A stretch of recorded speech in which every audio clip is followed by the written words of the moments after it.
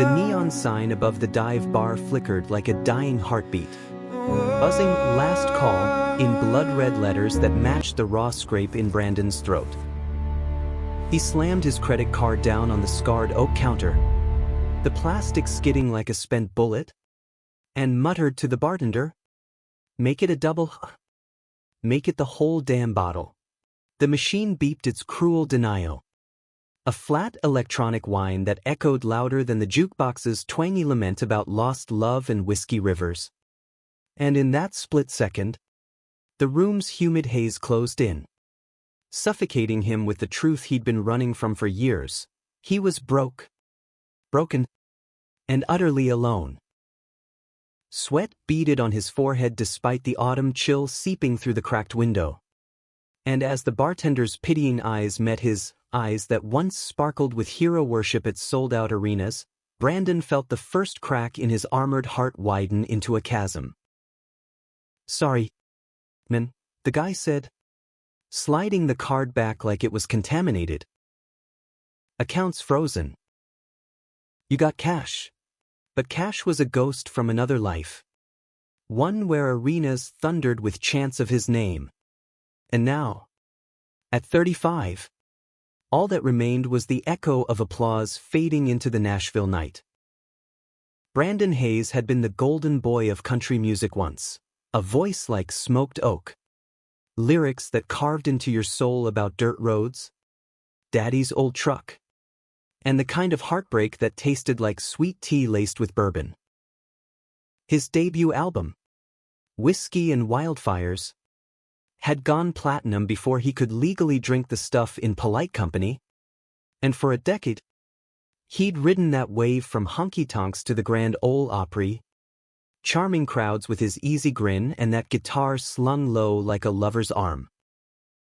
But fame in Nashville was a jealous mistress, and when the rumors started, whispers about late-night motel visits with men who weren't his beard dates, Brandon buried them deep, trading authenticity for airplay. He dated starlets, posed for tabloid kisses, and wrote songs about women he'd never truly loved, all to keep the machine grinding. It worked until it didn't. A leaked photo, a scorned producer's leak to the press, and suddenly, the heartland turned on him. Boycotts, canceled tours, radio silence.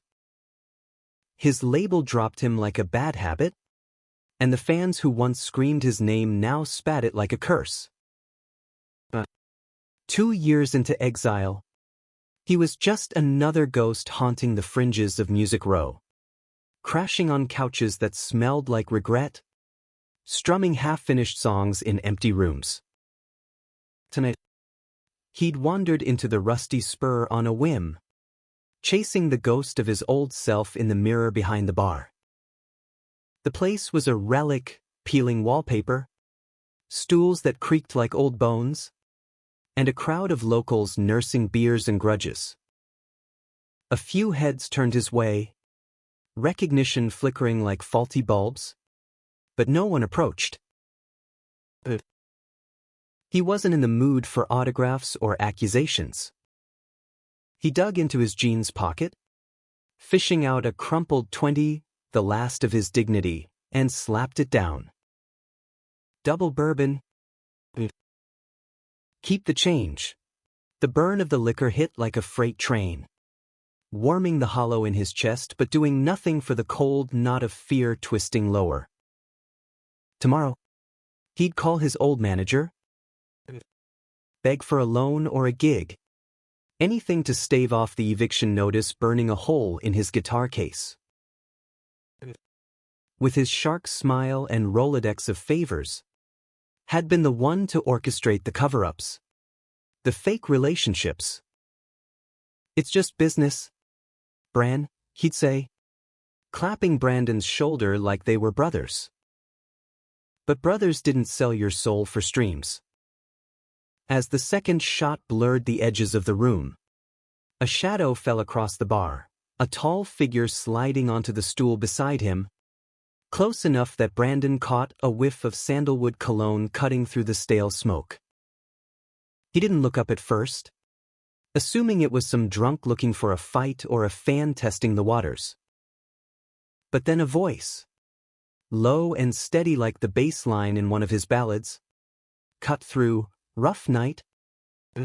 Or is it just every night now?" Brandon's head snapped up, hazel eyes locking onto a pair of storm gray ones framed by dark lashes. The man was maybe 32, built like he spent weekends chopping wood rather than scrolling feeds, broad chest under a fitted black Henley, forearms corded with muscle from the veins standing out like rivers on a map. A faint scar traced his left eyebrow, giving him a roguish edge, and his short-cropped black hair was tousled just enough to suggest he didn't give a damn.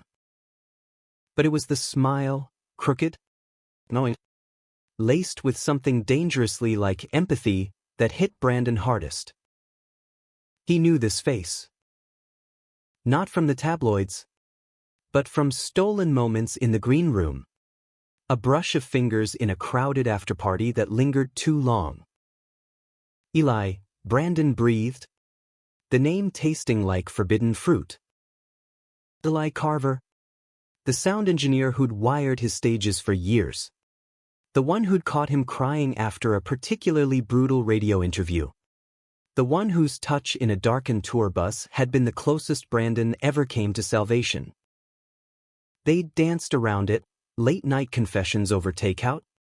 A kiss that scorched like summer asphalt. But Eli had boundaries. Walls built from his own scars. A conservative Texas upbringing. A sister lost to conversion therapy gone wrong. "What the hell are you doing here?" Eli's gaze didn't waver, tracing the lines of exhaustion etched into Brandon's face like he was memorizing a map he'd long ago folded away. "Heard you were back in town. Figured a man doesn't crawl into a hole like this unless he's ready to be pulled out."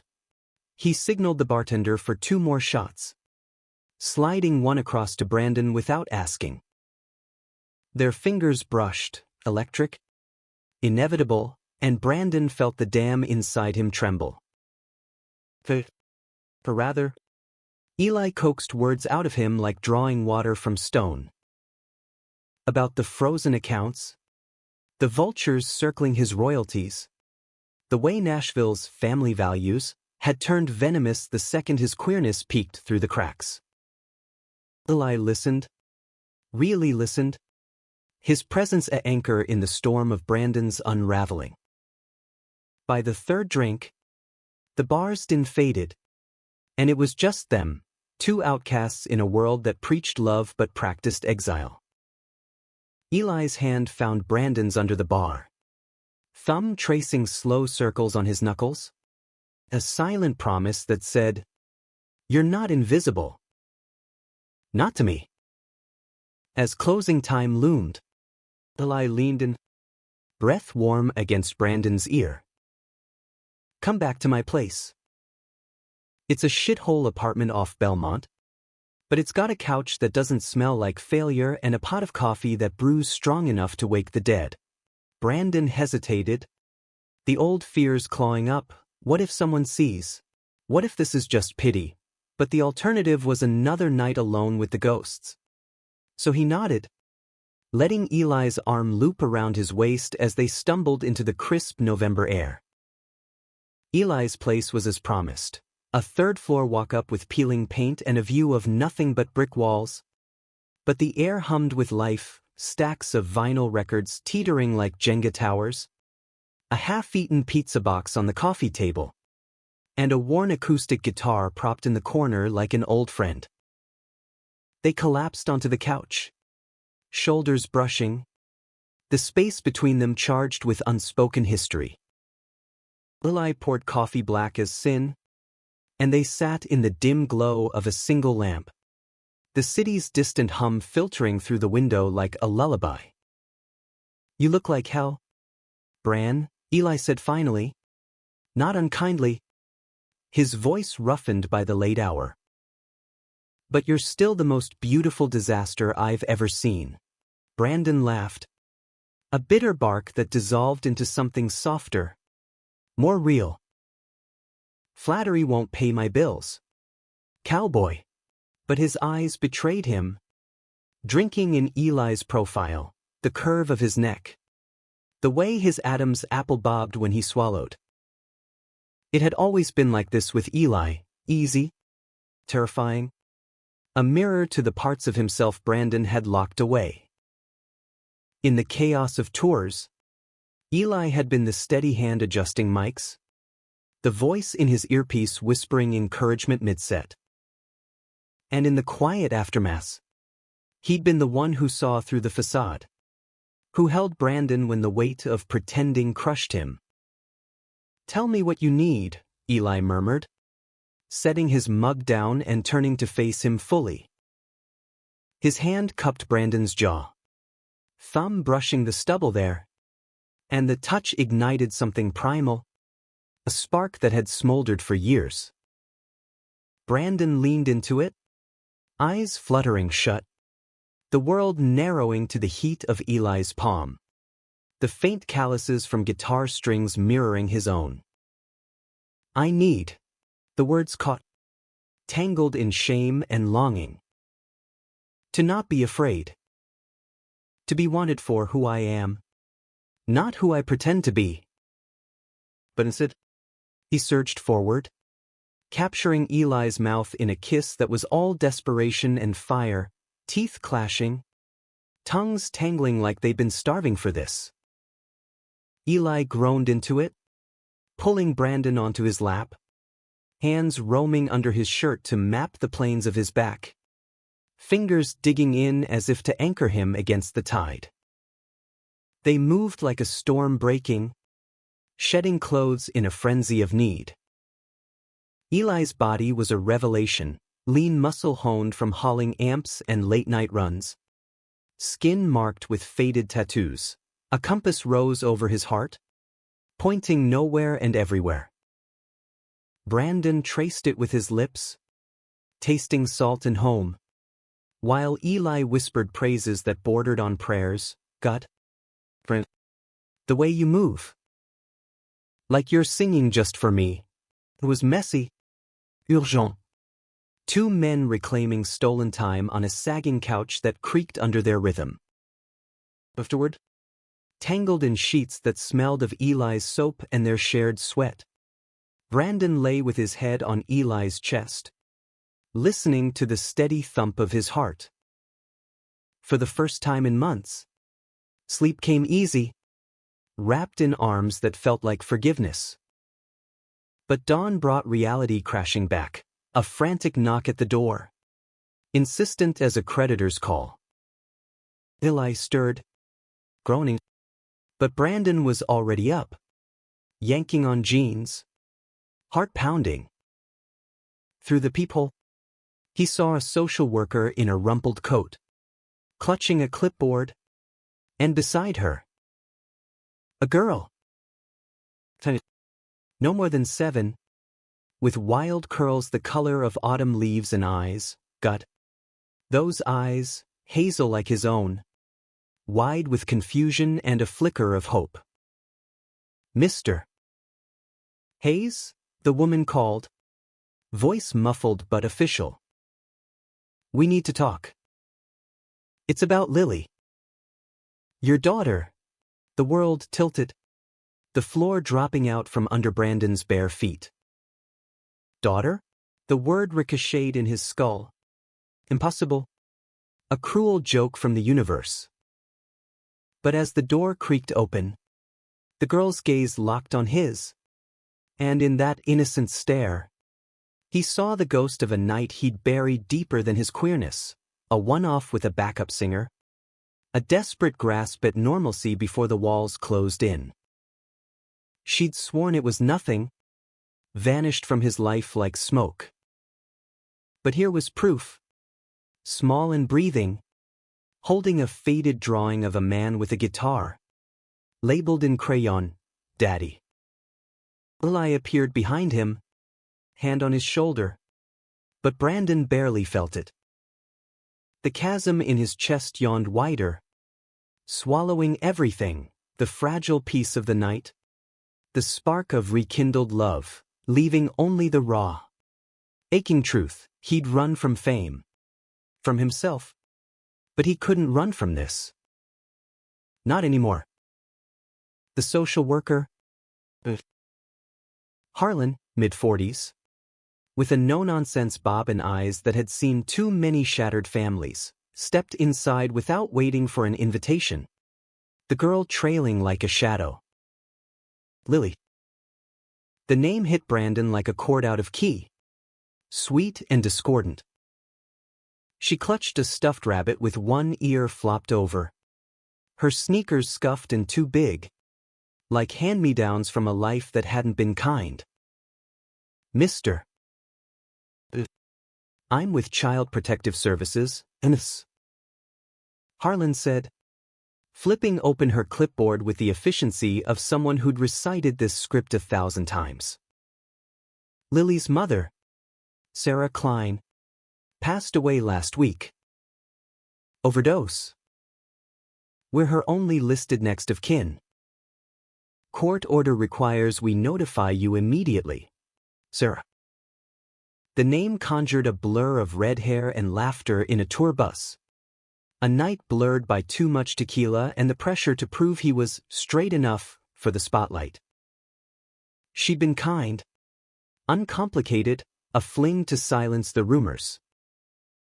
They'd lost touch after she left the crew, but he'd sent checks when she reached out once. Years ago. Vague about complications. Guilt twisted in his gut now. Sharp as barbed wire. How had he missed this? How had he let a child, his child, become collateral in his downfall? Lily hadn't spoken, just stared up at him with those eyes. Her lower lip caught between her teeth. Up close, the resemblance was a punch, the same tilt to her nose, the faint freckles dusting her cheeks like stars on a clear Tennessee sky. Brandon knelt, jeans whispering against the worn carpet, trying to summon words that wouldn't scare her. Hey, kiddo. I'm Brandon. So lame. What did you say to a stranger who shared your blood? She tilted her head, studying him like he was a puzzle missing pieces. Mama said you sing songs on the TV. Are you famous? Her voice was small, threaded with a southern lilt that tugged at his heartstrings. But there was steel in it, a resilience born of loss. Eli cleared his throat from the doorway, pulling on a shirt, his presence a quiet bulwark. Coffee? Anyone? Looks like we've got a long morning ahead. He shot Brandon a look, steady, supportive, that said we got this, even as questions swirled in his gray eyes. Who was this girl? How deep did the secrets run? But he didn't pry. Just busied himself in the tiny kitchenette, the clink of mugs a soothing counterpoint to the chaos unfolding. Harlan perched on the edge of the couch, launching into logistics. Emergency custody hearing in 48 hours. Temporary placement options. The mountain of paperwork that would bury him. Brandon nodded numbly, his mind fracturing into shards. What about his frozen bank account? The eviction? And Eli? Eli, who just bared his soul in the dark hours, now thrust into this mess. But as Lily wandered to the guitar in the corner, plucking a tentative string that hummed like a question, something shifted. The melody, faint but insistent, stirred in Brandon's chest. Fatherhood? The man who'd barely held himself together? By noon. Harlan had left a stack of forms and a social worker's card, extracting a promise from Brandon to appear in court. Lily stayed, provisional. She called it, curled on the couch with her rabbit, flipping through Eli's dog-eared copy of Where the Red Fern Grows. Eli whipped up grilled cheese from the sparse fridge, the sandwiches golden and gooey, a small act of normalcy that felt like grace. They ate in companionable silence at first. The three of them squeezed around a card table, the autumn sun slanting through the blinds in bars of light. "So," Eli ventured, wiping ketchup from Lily's chin with a napkin. "You play guitar?" Squirt. "Brandon here's a pro. Showed me a trick once, how to make it cry like a lonesome train." Lily's eyes lit up, the first real spark since she'd arrived. "Mama played a little.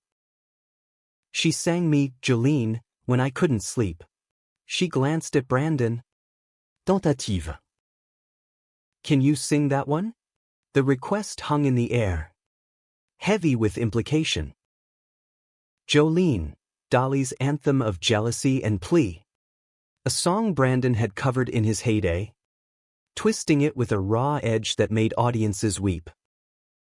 He picked up the guitar, fingers finding the familiar frets like old lovers reuniting. The opening chord spilled out, husky and heartfelt, his voice weaving through the notes. "Jolene, Jolene. Please don't take him just because you can." Lily swayed, eyes closing, lost in the melody, and for a moment, the room transcended its squalor, became a stage, the sanctuary. Eli watched from across the table, his expression a mix of awe and ache. When the last note faded, he reached for Brandon's hand under the table, squeezing once. "That was beautiful. You both were." The afternoon blurred into domesticity Brandon had never imagined. Lily napping on the couch, her breaths soft and even, Eli running out for groceries while Brandon pored over the custody papers, the fine print blurring through unshed tears. How could he raise a child when he couldn't even raise himself?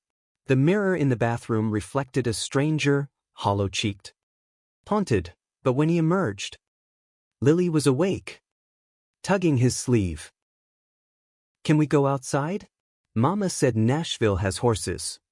No horses, but the park down the block had swings and a duck pond, the leaves crunching underfoot like brittle memories. Brandon pushed her higher, her laughter pealing like bells. And for stolen minutes, he forgot the looming court date, the tabloid wolves. Eli joined them later, tossing pebbles into the water with Lily, their heads bent close in conspiracy. Watching them, Eli's easy patience, the way Lily leaned into him like trust was innate, stirred something profound in Brandon, not just longing, but possibility. The family pieced together from fragments. That night, after Lily was tucked in with stories of fireflies and far-off ranches, Brandon and Eli retreated to the fire escape, the city sprawl glittering below like a false promise. Cigarettes glowed in the dark, the smoke curling between them like confessions. "You think I can do this?" Brandon asked, voice cracking on the edge of vulnerability. "Be a dad? When half the world still wants me canceled for who I love." Eli turned, pinning him with that unflinching gaze. "You already are." Brand. "That song? The way you looked at her? That's fatherhood." And as for the rest, he stubbed out his smoke, pulling Brandon close, their foreheads touching. "We'll face it together. No more running." The kiss that followed was slower, deeper, a vow sealed in the chill air, hands mapping familiar territories with renewed intent. They made love again on the narrow landing, muffled gasps lost to the wind, bodies aligning like lyrics to a bridge. It was tender, transformative. Eli's whispers of "I love you" slipping free like truths long caged. But dawn brought Jake's call, a venomous buzz on Eli's landline, since Brandon's phone was pawned. "Heard about the kid." Cute sob story. "But if you think this buys you sympathy," Think again. Labels suing for breach, those royalties? Gone. And that engineer you're shacking up with? One word from me. And his career's toast. The line went dead, leaving venom in its wake. Betrayal. Sharp and fresh. The brother he trusted? Twisting the knife for what? To protect his own empire? Brandon's hands shook as he hung up. The fragile bubble of hope punctured. Eli, sensing the shift, wrapped around him from behind. What was that? Nothing, Brandon lied. But the lie tasted like ash. The court loomed. The lawsuit a noose. And now Lily, sweet, unsuspecting Lily, hung in the balance. How could he shield her from a world that devoured its own? The custody hearing was a circus in miniature, crammed into a fluorescent-lit courtroom on the outskirts of Nashville, where the air smelled of stale coffee and desperation. Brandon sat ramrod straight in a ill-fitting suit borrowed from Eli, too tight across the shoulders, a reminder of the muscle he'd lost to stress and skipped meals.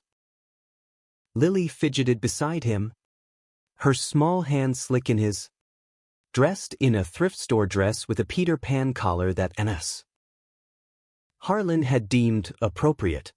Eli waited in the hallway, a rock Brandon could glimpse through the door's glass pane. His thumbs scrolling a phone he wasn't really seeing, worry etching lines around his mouth. Judge Whitaker, a stern woman with silver hair pulled into a bun tight as her rulings, peered over half-moons at the file. Mr. The court acknowledges your biological relation, but we must consider stability. Your financial records show irregularities, eviction proceedings, unpaid debts, and your public persona. Well, it's been controversial. The word landed like a slap. Controversial code for gay in a genre that worships heteronormativity. Brandon's lawyer, a pro bono firebrand named Carla, all sharp suits and sharper tongue, leapt in. Your Honor, my client has a support network. Mr.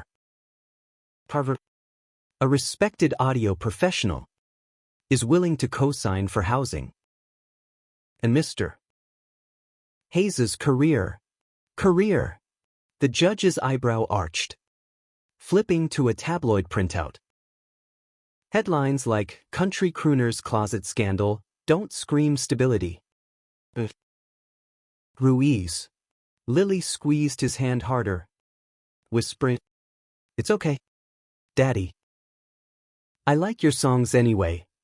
The endearment, casual, Chavez, nearly undid him, tears pricking hot behind his eyes.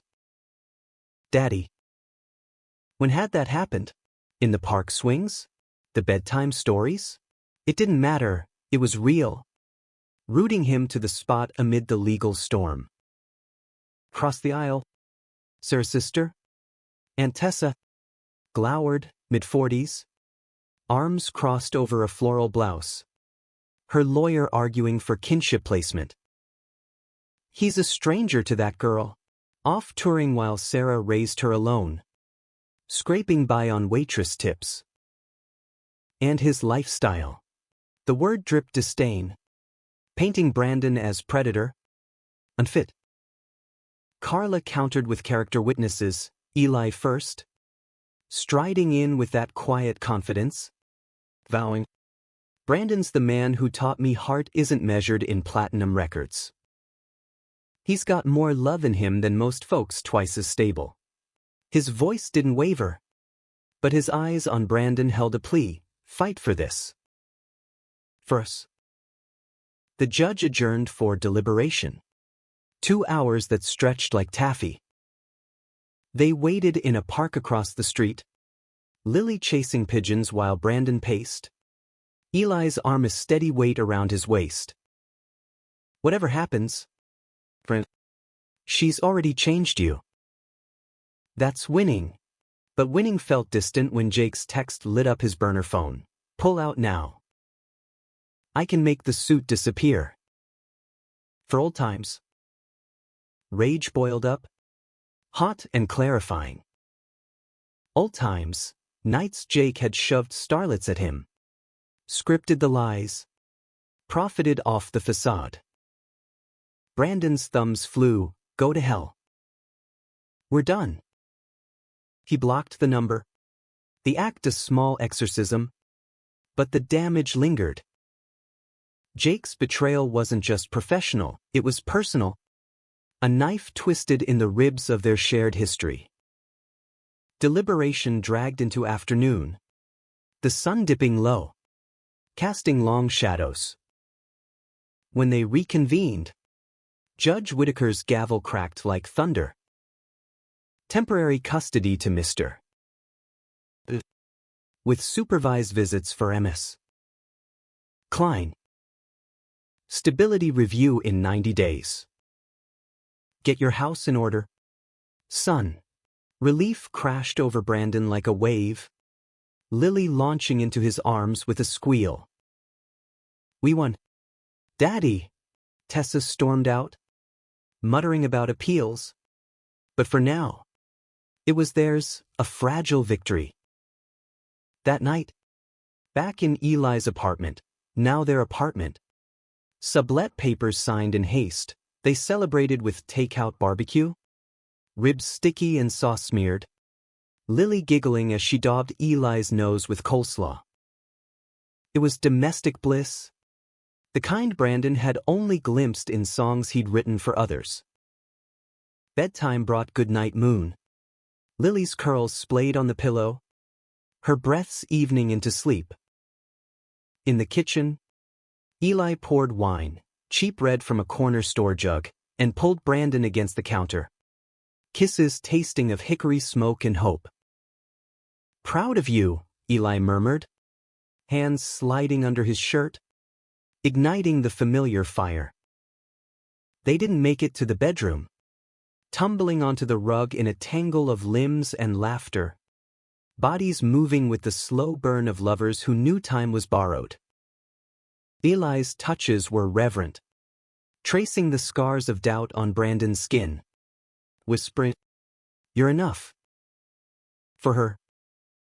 For me.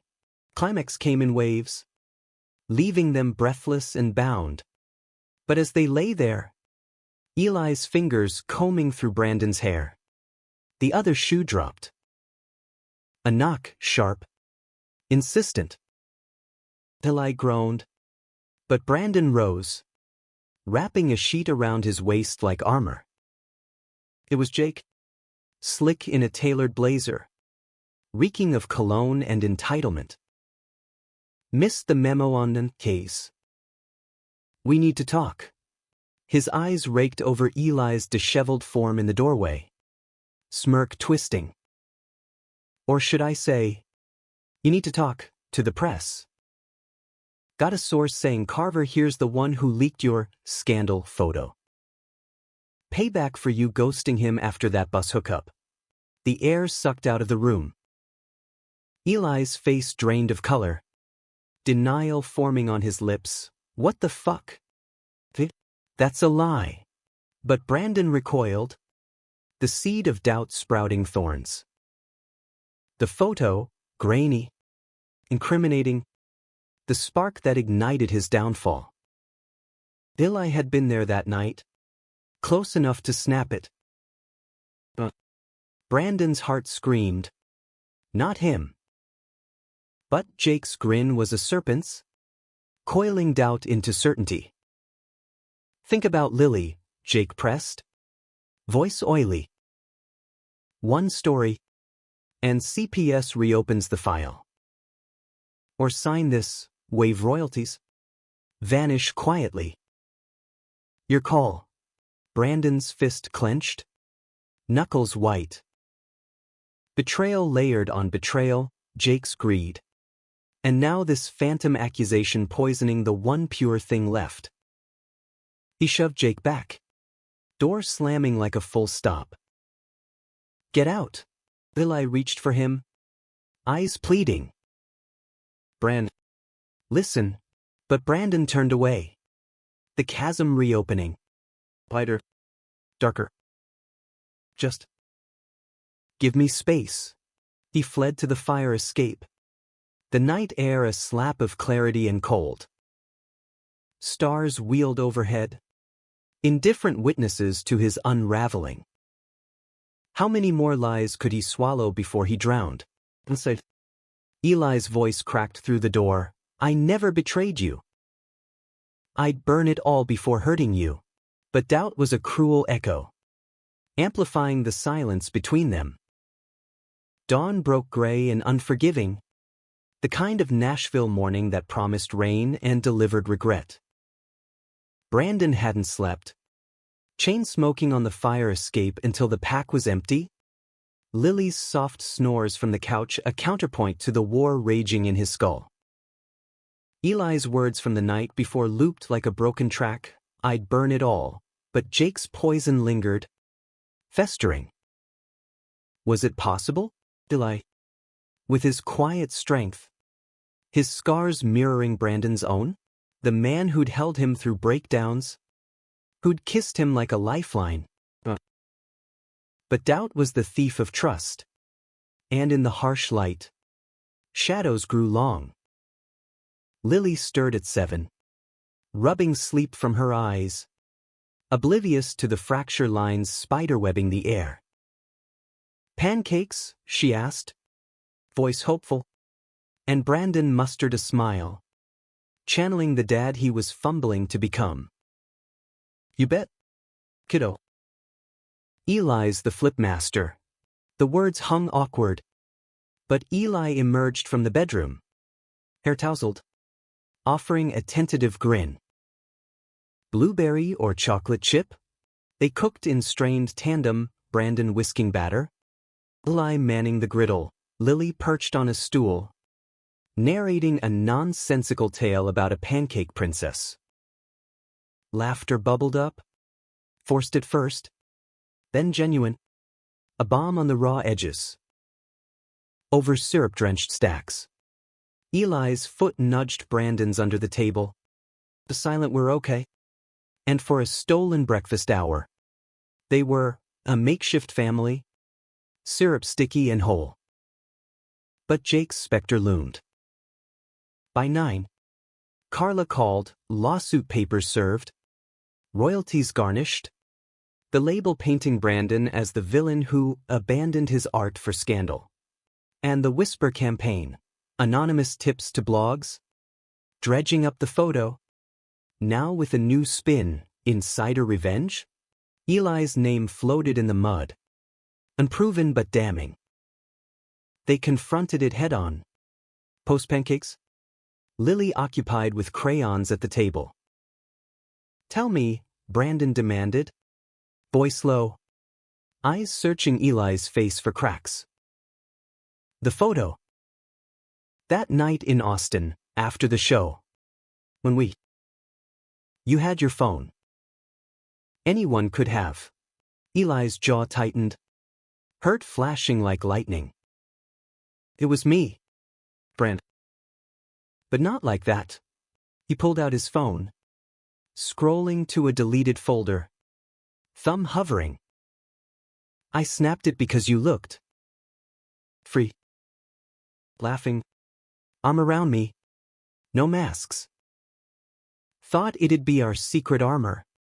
Something to remind you who you are when the world's screaming otherwise. His voice broke, gray eyes glistening. I deleted it next morning, swore I did. But Jake, he must have cloned my cloud access back when we toured. Bastard's been hoarding dirt for years. Proof tumbled out, timestamps, access logs Eli had screenshotted months ago, suspecting tampering. Ever the puppeteer, pulling strings from the shadows. Relief flooded Brandon, hot and cleansing, sweeping away the doubt. He crushed Eli to him, apologies tumbling like rain. I'm sorry. I should have known, met with Eli's fierce embrace. We end this. Together. The plan coalesced over coffee dregs, exposed Jake. Brandon had one ace, a demo tape. Raw confessions Jake had dismissed as too queer for country, locked in a safety deposit box downtown. With it, they could flip the narrative, sue for defamation, reclaim the narrative. But it meant going public, full throttle, no half measures. Coming out, not as a scandal, but as a man claiming his truth. For Lily. For Eli. For the boy he'd buried under ballots. The confrontation brewed that afternoon in a coffee shop off Broadway. Neutral ground slick with hipster irony. Jake arrived smug, lie in hand, but faltered when Eli slid into the booth beside Brandon, their hands linked openly on the table. Cozy, Jake sneered, but his eyes darted, calculating. Sign it over, Brandon said, sliding the NDA across, reversal, demanding Jake's confession on tape. The photo, the leaks, the custody threats. All of it. Jake laughed, sharp as shattered glass. Or what? You air your laundry, and Lily's the one who pays? Small-town judges don't take kindly to alternative dads. The bluff cracked when Eli hit play on his phone, Jake's own voice, slurred from a boozy green room rant years back, admitting to fabricating scandals for buzz. You think that's leverage? Jake blustered, but sweat beaded on his brow. It's the beginning, Brandon replied, voice steady as a steel guitar riff. And I've got more. That demo? It's going viral. My story, our story, not yours. Jake's mask slipped. Fury raw. You ungrateful fuck. I made you. You broke me, Brandon shot back, rising, Eli mirroring him like a shadow. For the last time, they walked out into the drizzle, Jake's curses fading behind. The rain washed clean, or near enough. As they hurried home, Lily waiting with a drawing, 3 stick figures under a rainbow, labeled family. Viral hit days later, the demo dropped on an indie platform. Truth in the twang, tracks stripped bare, lyrics aching with hidden loves, lost roads, a father's unspoken vow. Blogs exploded, not with hate, but hunger. Hayes returns, raw and real, arenas whispered bookings, royalties thawed under legal heat. Jake folded, settlement signed in shadows, his empire crumbling like dry clay. Months blurred into healing, a modest house on the Cumberland's edge. Eli's mixes filling the airwaves, Lily's laughter echoing through rooms that no longer felt borrowed. Brandon's comeback tour was small venues first, intimate. Electric, Eli at the soundboard, Lily in the wings with earplugs and a VIP pass. On stage, under lights that felt like grace, Brandon dedicated the encore to them, for the ones who saw me when I couldn't. One night, post-show in a Boise motel, echoes of their past, they made love slow and sure. Eli's body a map Brandon knew by heart. Marry me, Eli whispered in the afterglow. Ring box simple wood. Band etched with a tiny note, our song. Yes, Brandon breathed, tears salting their kiss. Not an end, but a bridge to mornings with Lily's pancakes, evenings with Eli's hand in his, a life woven from threads of pain and poetry. In the quiet, as rain pattered the window, Brandon held them close, the hidden truths no longer chains but keys. He'd fallen far, but here, in the heart of it all, toast. unbroken.